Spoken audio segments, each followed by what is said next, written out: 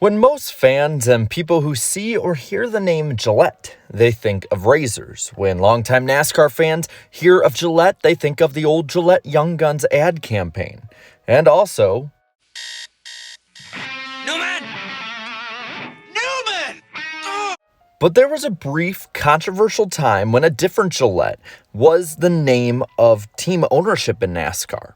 But to get the full story, we need to go and travel back in time to the start of the millennium in 2000. Ray Evernham, the former dominant crew chief of Jeff Gordon and the Rainbow Warriors, gave up his crew chiefing days to go into the ownership role. With 3 preliminary starts in 2000, with the young Kasey Atwood in his number 19 Ford, Evernham had the groundwork in place for his full-time 2001 campaign. A campaign that included the return of Dodge into NASCAR with his 2 full-time teams. While Atwood didn't pan out, awesome Bill Elliott in the 9 car did. In the 3 years of 2001, 2, and 03, NASCAR's most popular driver won 4 races in a career resurgence that deserves a video of its own. Meanwhile, after Atwood's departure, it was Jeremy Mayfield who took the reins of the number 19 Dodge. And into 2004, it was a youthful phenom of Kasey Kahne taking over the 9 Dodge.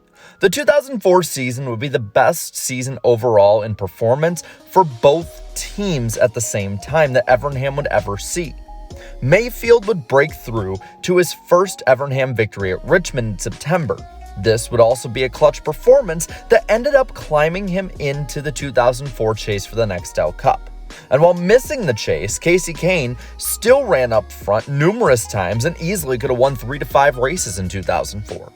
While Kahne had a drop-off in 05, both teams managed to score a win, with Mayfield again leading the way into the 2005 chase.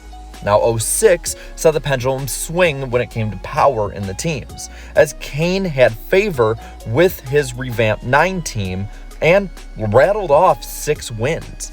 Meanwhile, Mayfield fell off a cliff in performance while also being booted from the team after a nasty falling out with Evernham due to some more kind of private issues behind the scenes.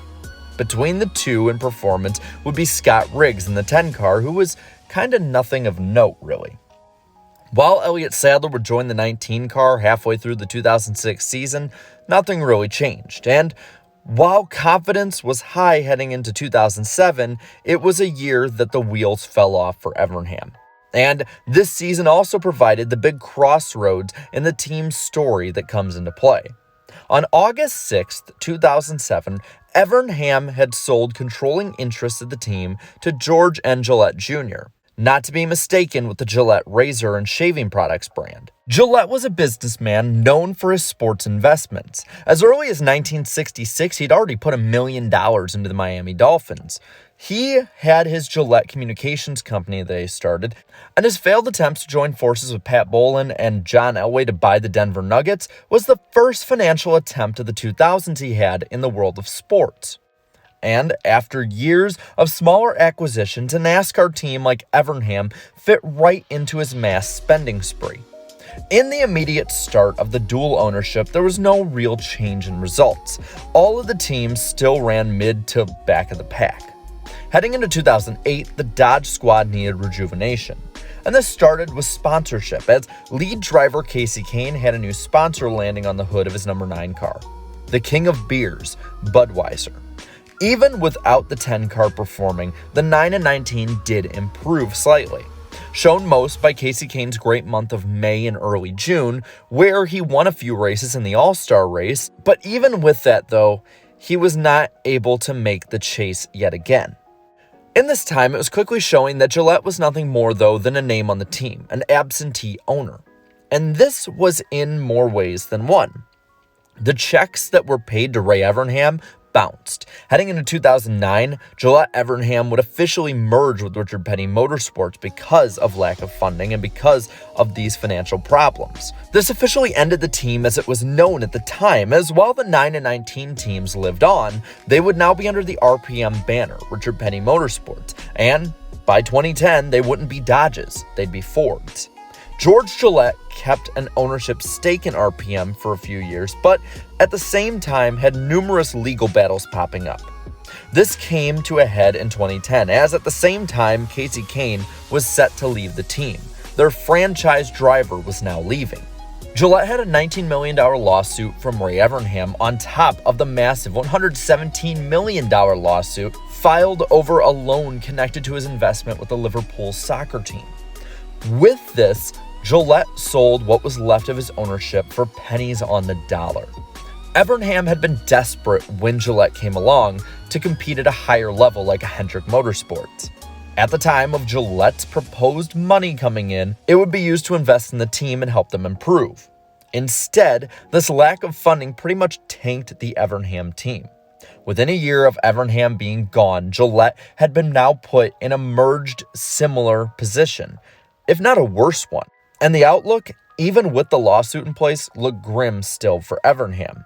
Going into the suit, he knew that he wouldn't be getting most of his money back if he got any at all. As like most of Gillette's investments, it would come back as pennies on the dollar.